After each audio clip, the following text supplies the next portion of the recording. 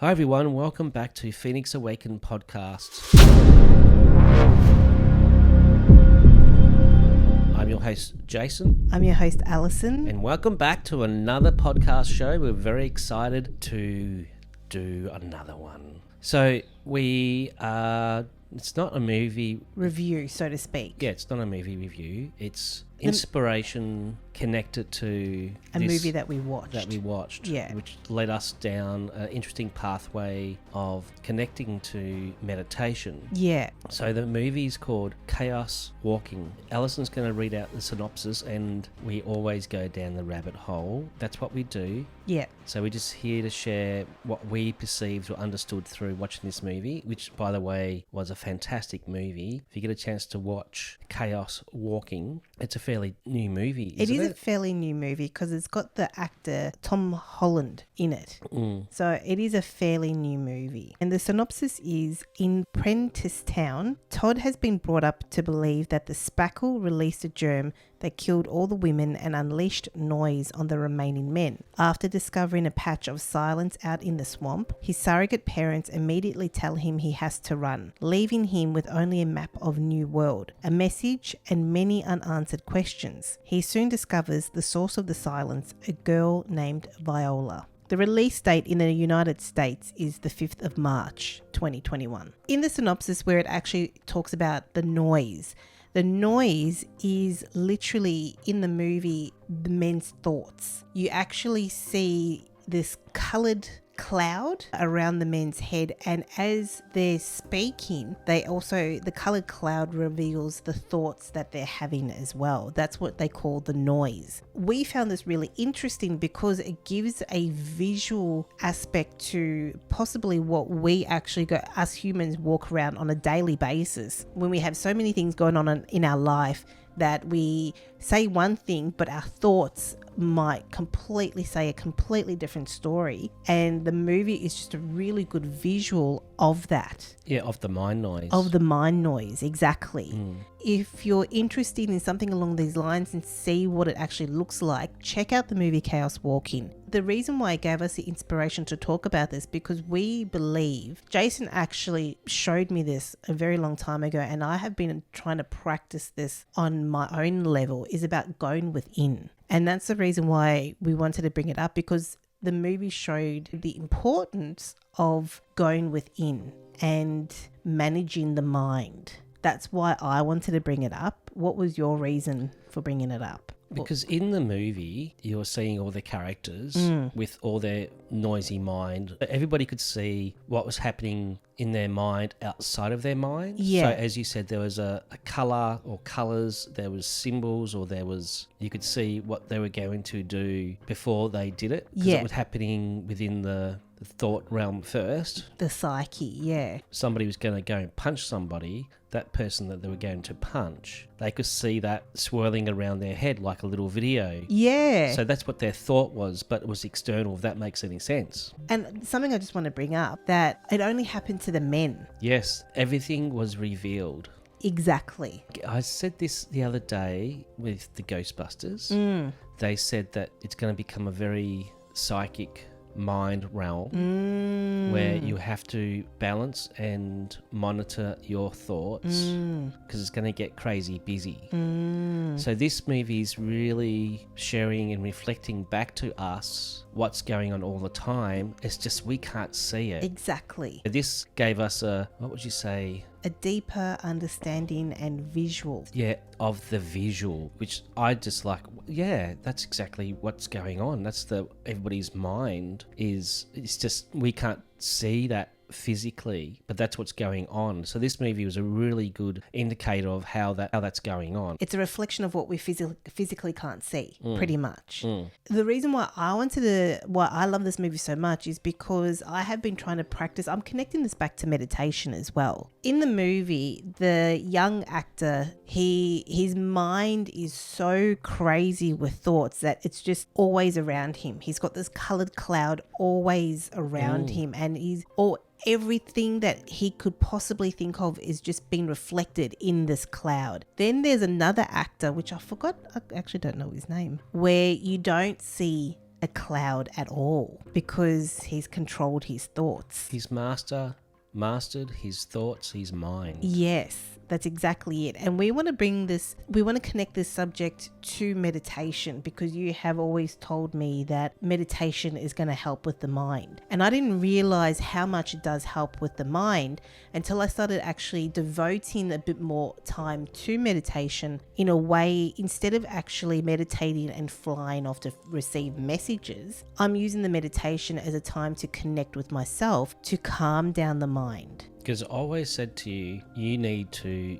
learn to master your thoughts and your mind. Yeah, exactly. And you always were a little bit, I don't know if the word is scared, but not really interested in learning how to meditate. No. Until recently.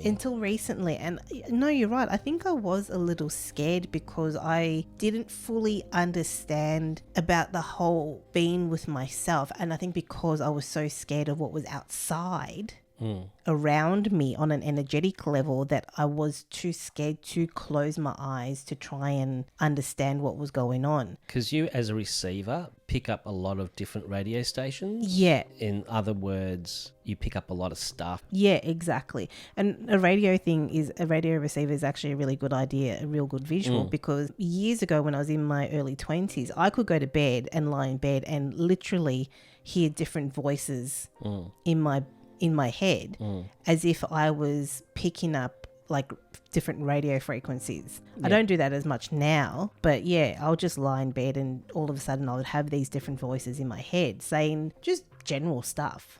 Something about dinner or, things along those lines. So if I could see your thoughts before you started meditation, it would be just as bad as this character in this movie. Yes. Where he could not help himself. Yeah. Where to a point was getting him in trouble.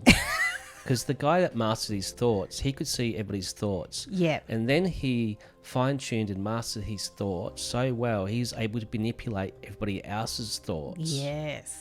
And then do mind control. Yeah, and it was really trippy when he did it. Because he was on his horse, he was searching for the main character and the female friend, because for some reason on this new planet they were on, it didn't happen to the females, it only happened to the males. When he was searching for the pair, he came across a new town and literally said some kind of sentence and was able to just mind control all the other men with a one sentence. It was crazy. This other town was a lot more freer, abundant. Yep. They had their stuff together, and they were scared of this men's town because they were, in a way, just bloody animals. Yeah, because the men's town, Prentice Town, they killed all the women because they were scared the women could hear and see their thoughts of what they were really was going on deep within. So they killed all the women. In this other town that they discovered, where it was both male and females, I guess they came to an understanding that yes, everyone has these thoughts. And I guess the men there came to an understanding, you know what, I've got these thoughts. It's out in the open. I can do the best that I can to manage my own thoughts. They came to a balance and understanding between male and female. Well, the men in that particular town, the new one, yeah. They would have had to learn to master their thoughts on many, many levels. Yeah. So they could work with the women on a better level. Yeah. I'm just getting, there should have been some sort of training with the thoughts as the kids grew up, so they could learn to manage their thoughts. But I guess in this all men's town, I think it came back down to animal survival because they were the first settlers on this new planet. They weren't prepared for their deepest, darkest secrets to be revealed. And once it was revealed and everyone could see, especially this mayor guy, like he was just had some kind of control issue of some sort. Once he realized that his thoughts were completely revealed to everyone and he couldn't hide them, he was scared because he couldn't actually understand what a female was thinking. And I think that's what scared him the most, because he couldn't understand what a female was thinking. So therefore he decided to get rid of all the females because then he felt safe. And in this other town where they were both male and female, you're right, the men would have had to come to a level of self-control and able to control their mental thinking as well, their psyche. I just had a flash. Remember the dream I told you about the other day where we were both on another planet? And Oh, yeah. yeah, this planet, whatever you thought, manifested instantly. So Alice and everyone starts manifesting hoo-ha stuff. I'm getting better. I am getting better. Instantly manifested dudes trying to kill us, and I'm thinking that's enough. So I thought, well, because we're on this planet that you could manifest stuff instantly through thoughts, I just then neutralized it with my thoughts. And that's, if we get to a level where that is happening, because they're saying, a lot of people saying, 5D realm, you manifest stuff instantly. I don't honestly believe that on many levels. Perhaps on some levels, because everybody thinks that the 5D realm is the ant's pants. Disagree. But anyway, that's my stuff. You have to start to really discipline your thoughts. Yeah. Because if you start thinking there's an elephant in the room, There would literally be it will be an elephant in the room. Yeah. And an elephant's a really nice animal. Just imagine if you manifested, you've got a fear of spiders, you start thinking the fear of spiders, big as a house, it's gonna manifest. Yeah, that's true. The reason why we want to talk about this movie is to bring up the importance of managing your mind, managing your thoughts, and the importance of going within, really, to be able to connect with self instead of connecting outside of self. Not just that. So when I'm being at this job and I'm doing my little sausage rolling, I've been noticing my thoughts. It's amazing how much dialogue you have in your mind because you've got to concentrate. But then because of this movie, I've really tapped into my thought processes at work to see, and it's amazing how much of the communication we share with each other, where verbally it's very little compared to body language and our thoughts that we can't see, but we're doing a communication on that level more than what we think we are. Verbally, didn't realize verbally is, let's just say 10%. Yeah. And the rest of it is body language. Yeah. How our feelings and how things feel. Yeah. And also our thought process, which we're putting out all the time with each other. So I've been really concentrating on it, going, well, I really need to sharpen my thoughts to a point where it's not so noisy. For me, it's actually very different because I work by myself. It's very, very different. So all I have is my own thoughts because I don't work, because I'm a driver. I only interact with people for 5 minutes of each day, and in those 5 minutes I would be saying good morning, how you going, at least about 10 times at one stop, literally. Yeah. The only time I'd have like my internal dialogue go off is if someone is taking too long to pick food, and I'd be like, come on, seriously, let's.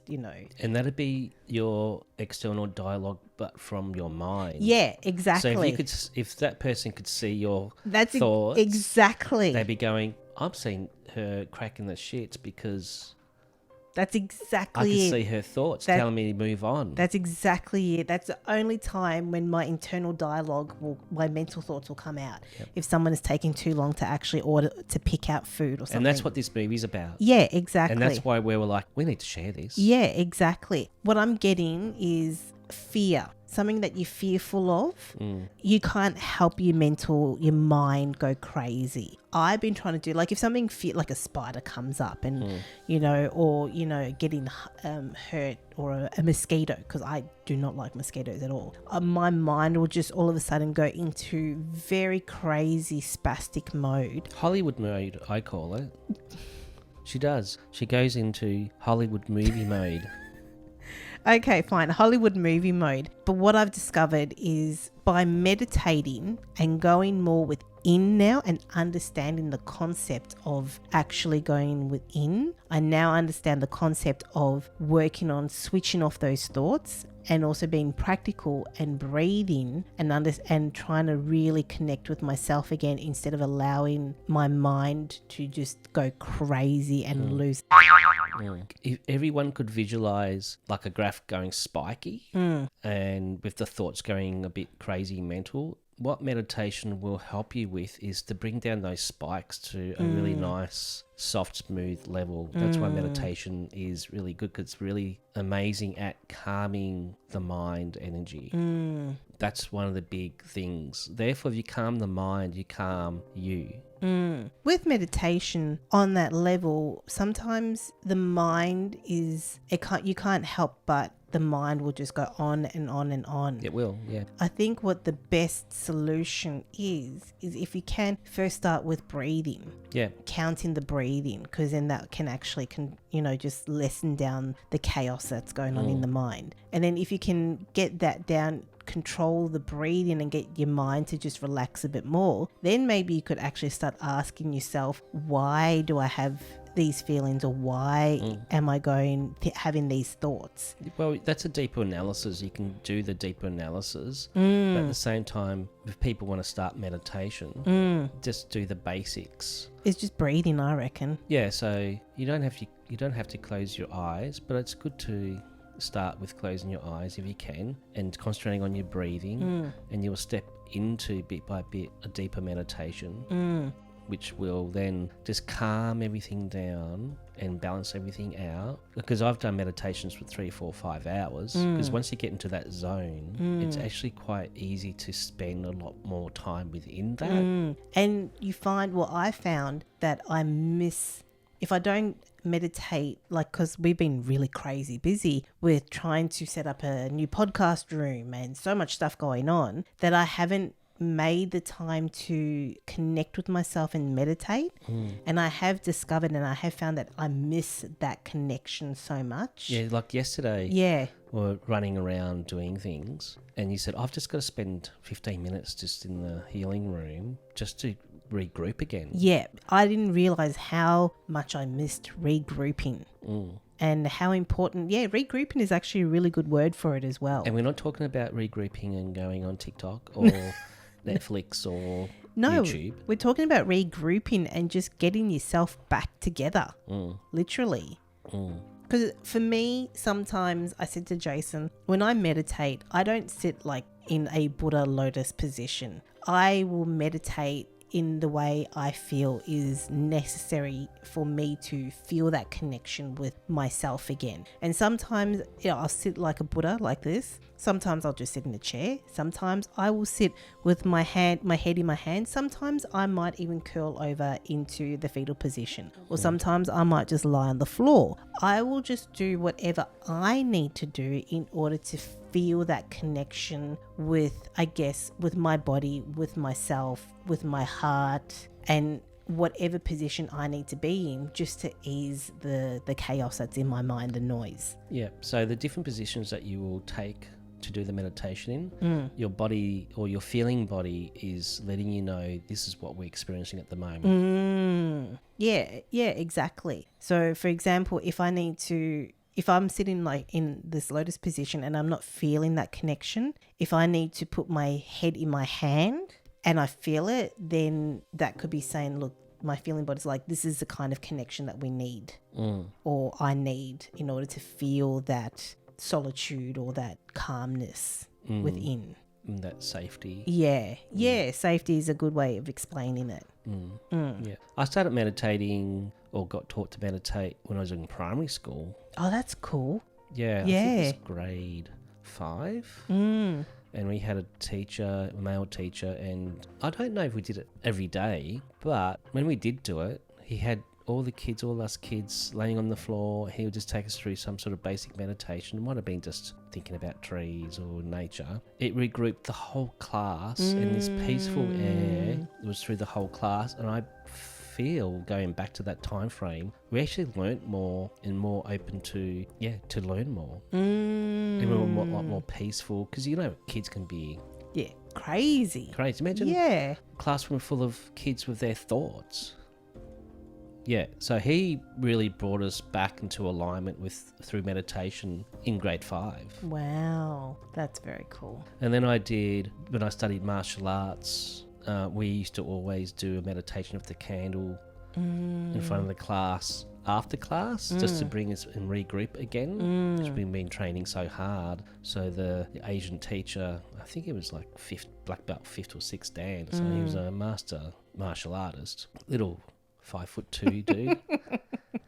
And yeah, he would, and I used to love that because I fell in love with the meditation, the martial arts. With the meditation, I felt, because it became a lot more spiritual. Yeah. It wasn't all about fighting and killing and all that sort of stuff. It was a really spiritual part of the spiritual martial art journey. Yeah. So realistically, meditation on a real basic level is just really about regrouping. Yeah, it's calming everything down. Yeah. Because I think a lot of people think of meditation that they have to sit still and they close their eyes and they can't think of anything. But now, after what we're talking about, I feel like it's really about just regrouping and bringing yourself back together. If you've had a hard day at work, it's like crazy busy, or your family's running around crazy, or you've got some stuff going on, it could just be as simple as taking 5 minutes just to sit somewhere and just have a moment to breathe. That, I guess, for me is the basic understanding of what meditation is. It's just actually just regrouping, and not necessarily, I mean, yes, you can get messages from outside of you. That's great. But I feel now, from my point of view, it is really about bringing yourself back together, because I used to be out of body so often that now understanding how good it feels to be centered and to be regrouped with myself, and the difference between being centered and not being centered, and how much better it is to be centered. I mean, we got Buddha on the wall. Yeah. You know, he was all about meditation. Yeah, mastering the mind. Yeah. And we are definitely in the mind realm now. Yeah. Because we said before in other podcasts, we are in the 4D realm. Yeah. And this is the mind realm, where the 5D is more of the heart. Yeah. And we talked about how the importance of the balance of the male-female. The masculine is the mind, and the heart is the feminine. So how we need to do the dance together. And how, I've just got this question in my head. How does that reflect back into, or how can we move that into the understanding that this is all a matrix game, which is all based on the mind stuff? So I find that really interesting. So we're in a mental game, this matrix construct that we live in. So what we really need to do is actually bring in the heart into this mental game to balance everything out. I'm getting that. A lot of people say the reason why we are all here is for the